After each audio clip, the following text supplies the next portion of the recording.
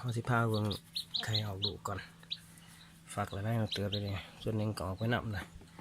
นี่เบิ่งกันกำลังสิออกเนี่ยมันกระบอกเนื้อลองมามันกระบอกกันจะมา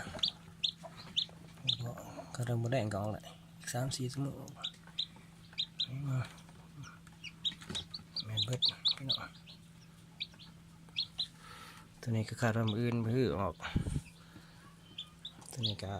ได้อีกทิศหนึ่งออกนี่จนพวกนั้นออกก่อน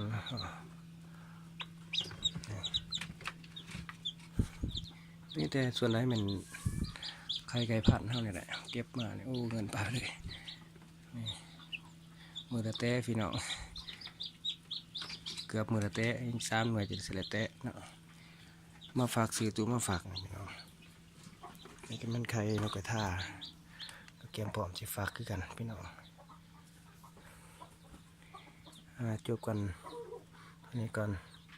ติดตามชมไปเด้อพี่น้องเด้อเจอกันคลิปหน้าพี่น้อง